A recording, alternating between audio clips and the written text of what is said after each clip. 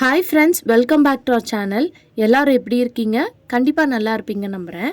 இன்றைக்கி நம்ம சேனலில் என்ன வீடியோ பார்க்க போகிறோன்னு பார்த்தீங்கன்னா, நம்ம டே டு டே லைஃப்பில் செய்யக்கூடிய வேலையை எப்படி ஈஸியாக செய்யலாம், அது மட்டும் இல்லாமல் நம்ம பணத்தையும் நேரத்தையும் எப்படி மிச்சப்படுத்தலான்ற ஒரு சின்ன டிப்ஸ் தான் நான் இன்றைக்கி வீடியோவில் ஷேர் பண்ணியிருக்கேன். ஸோ வீடியோவை ஸ்கிப் பண்ணாமல் ஃபுல்லாக பாருங்கள். அதுக்கு முன்னாடி நீங்கள் இப்போ தான் நம்ம சேனலை ஃபஸ்ட் டைம் பார்க்குறீங்கன்னா இப்போவே சப்ஸ்கிரைப் பண்ணிக்கோங்க, கூட இருக்க பெல் சிம்பிளை கிளிக் பண்ணிக்கோங்க.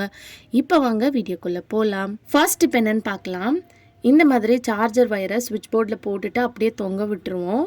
அந்த மாதிரி விடக்கூடாது. வீட்டில் சின்ன பசங்க இருந்தாங்கன்னா அது பார்த்திங்கன்னா நம்மளுக்கே ஆபத்தாயிரும்.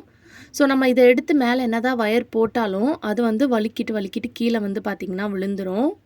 ஸோ அதுக்கான ஒரு சின்ன டிப் என்னன்னு பார்க்கலாம். நம்ம துணி காய வைக்கிற கிளிப் எடுத்துக்கோங்க. ஸோ சார்ஜர் வயரை இந்த மாதிரி போட்டுட்டு அதுக்கப்புறம் இந்த கிளிப்பை நீங்கள் போட்டு விட்டுட்டிங்கன்னா அதை தாண்டி இந்த வயர் பார்த்திங்கன்னா உங்களுக்கு கீழே விழாது. ஸோ அது ஒரு சேஃப்டியாக உங்களுக்கு ஓல்டு மாதிரி அந்த கிளிப் பாதுகாக்கும். ஸோ கண்டிப்பாக இந்த டிப் சிம்பிளாக இருந்தாலும் ரொம்ப யூஸ்ஃபுல்லாக இருக்கும். எல்லோரும் ட்ரை பண்ணி பாருங்கள். அடுத்த டிப் என்னென்னு பார்க்கலாம். இந்த மாதிரி நம்ம யூஸ் பண்ணுற மசாலா ஐட்டம்ஸ்லாம் ஓப்பன் பண்ணிவிட்டு அதை நம்ம க்ளோஸ் பண்ணி ஒன்று டப்பாவில் போட்டு வைப்போம். இல்லைனா நம்ம கிளிப்ஸ் ஏதாவது போட்டு வைப்போம். இதுக்குன்னு கிளிப் இருக்கும் இல்லையா, அதை போட்டு வைப்போம். அதை விட இந்த டிப் ட்ரை பண்ணி பாருங்கள். நம்ம யூஸ் பண்ணாத டிக்டாக் கிளிப்ஸ் நிறைய வச்சுருப்போம் இல்லையா வீட்டில், அந்த கிளிப்பை கூட நீங்கள் யூஸ் பண்ணிக்கலாம். சப்போஸ் உங்ககிட்ட கிளிப் எதுவுமே இல்லை அப்படின்னா இந்த கிளிப்பை கூட நீங்கள் போட்டு ஸ்டோர் பண்ணி வச்சு பாருங்கள். நல்லா ஏர் டைட்டாக இருக்கும்.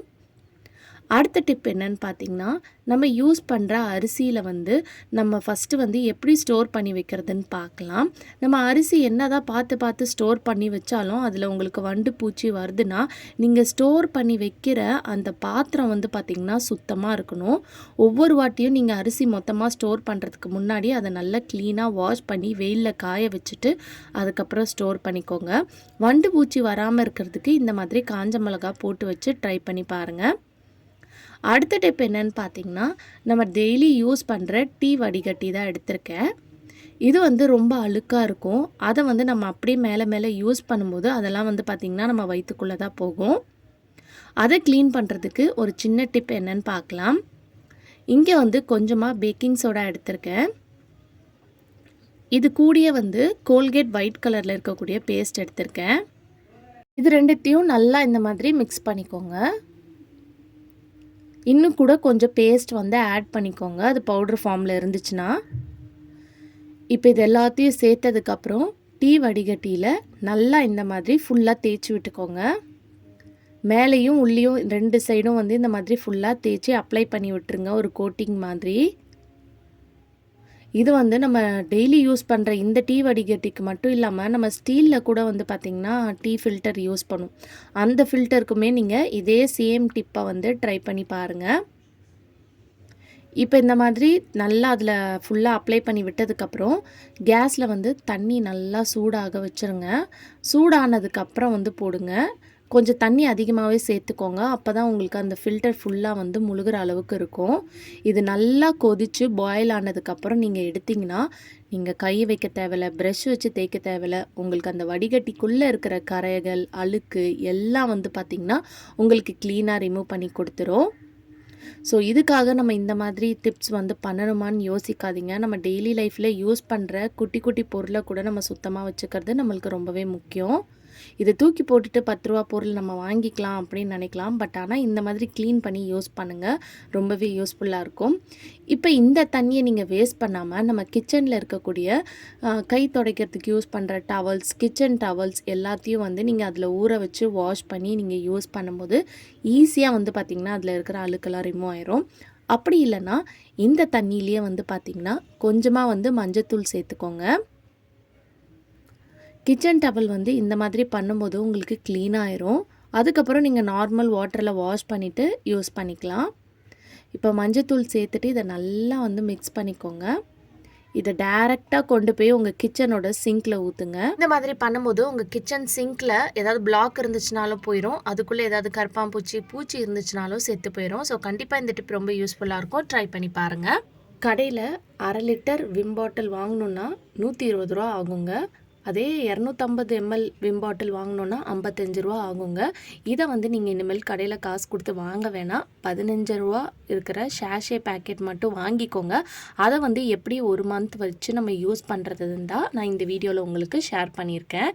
இப்போ இந்த மாதிரி ஏதாவது பாட்டில் வந்து எடுத்துக்கோங்க. உங்ககிட்ட வேஸ்ட்டான பாட்டில், வாட்டர் பாட்டில் எதாக இருந்தாலும் பரவாயில்ல.